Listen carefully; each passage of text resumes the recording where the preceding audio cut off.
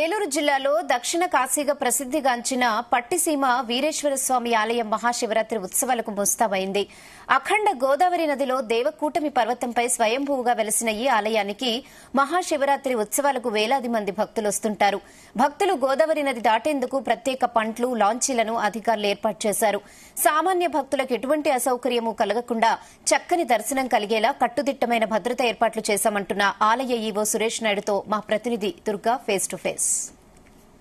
పట్టిసీమ వీరేశ్వర స్వామి ఆలయం మహాశివరాత్రి ఉత్సవాలకు సిద్ధమైంది. అయితే అఖండ నది గోదావరి మధ్యలో వెలిసిన ఈ ఆలయానికి భక్తులు అధిక సంఖ్యలో పాల్గొంటారు. అయితే వచ్చే భక్తులకు ఎటువంటి ఏర్పాట్లు చేపట్టారు తెలుసుకుందాం. ప్రస్తుతం మనతో ఆలయ ఈవో సురేష్ నాయుడు ఉన్నారు, మాట్లాడదాం. సార్ చెప్పండి, ఈ మహాశివరాత్రి ఉత్సవాలకు వచ్చే భక్తులకు ఎటువంటి ఏర్పాట్లు చేపట్టారు? సార్, 26/2/2025 జరుగు మహాశివరాత్రి సందర్భంగా వచ్చే భక్తులకు ఏ విధమైన ఇబ్బంది లేకుండా వాళ్ళు హ్యాపీగా దర్శనం చేసుకునేటట్టు 4 క్యూ లైన్లు ఏర్పాటు చేస్తామండి. దాంట్లో special queue line 300 rupees, 50 rupees, 20 rupees ధర్మ దర్శనం, విఐపీలు కూడా ప్రత్యేకంగా మొత్తం ఈ విధంగా ఏర్పాట్లు పూర్తి చేస్తున్నామండి. వచ్చే భక్తులకు హ్యాపీగా ఉండటానికి వాళ్ళకి వాటర్ ఫెసిలిటీ, పాలు, మజ్జిగ, చిన్నపిల్లలకు బిస్కెట్లు, అన్న వితరణ మొదలుగా అన్ని కార్యక్రమాలు చేపట్టామండి. ఉచిత ప్రసాదం పులిహార మరియు లడ్డూ ప్రసాదమును పులిహార అమ్మకం కూడా ఉందండి.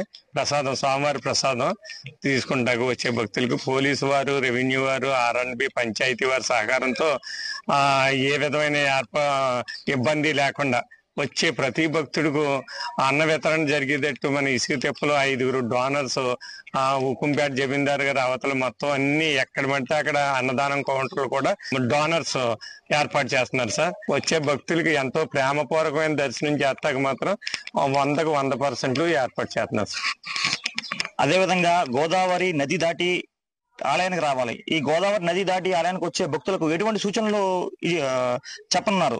సార్, వచ్చే గోదావరి నది దాటి అవతలకు వచ్చే భక్తులకు కలెక్టర్ గారు మంచి ప్రొటెక్షన్ ఫోర్స్ ని ఏర్పాటు చేశారు. సార్, పోలీసు వ్యవస్థ, రెవెన్యూ కలిపి అక్కడ గోదావరి అవతల మన రివర్ దగ్గర నుంచి నడక దర్శనం పంటలు ఒక 1/2 డజన్ పంటలు కట్టి డ్రిడ్జింగ్ తోటి ఇసుకని డ్రిడ్జింగ్ చేసి మేట కింద ఏర్పాటు చేసి వచ్చే ప్రతి భక్తుడు క్యూ లైన్ లో 40 రూపాయలు టికెట్ తీసుకుని యువతలకు వచ్చి ఏర్పాటు చేశారు. సార్, అదే విధంగా ఎంతమంది భక్తులు వస్తారని అంచనా వేస్తున్నారు? వచ్చే భక్తులు సుమారు 1,00,000 పైబడి ఉంటారని అంచనా అండి. లాస్ట్ ఇయర్ 70-80 వేలు వచ్చారు. ఈ సంవత్సరం కొద్ది భక్తిభావం బాగా పెరగటం వల్ల 1,00,000 పైబడి వస్తారని అంచనా వేస్తున్నాం. సార్, అంటే ఏదైతే సుమారుగా ఎన్ని రోజులు ఈ ఉత్సవాలు జరగనున్నాయి, అదే విధంగా ఉత్సవాలకు వచ్చే భక్తులకు ఆర్టీసీ వారు ఎక్కడెక్కడ నుంచి కూడా బస్సులు ఏర్పాటు చేశారు?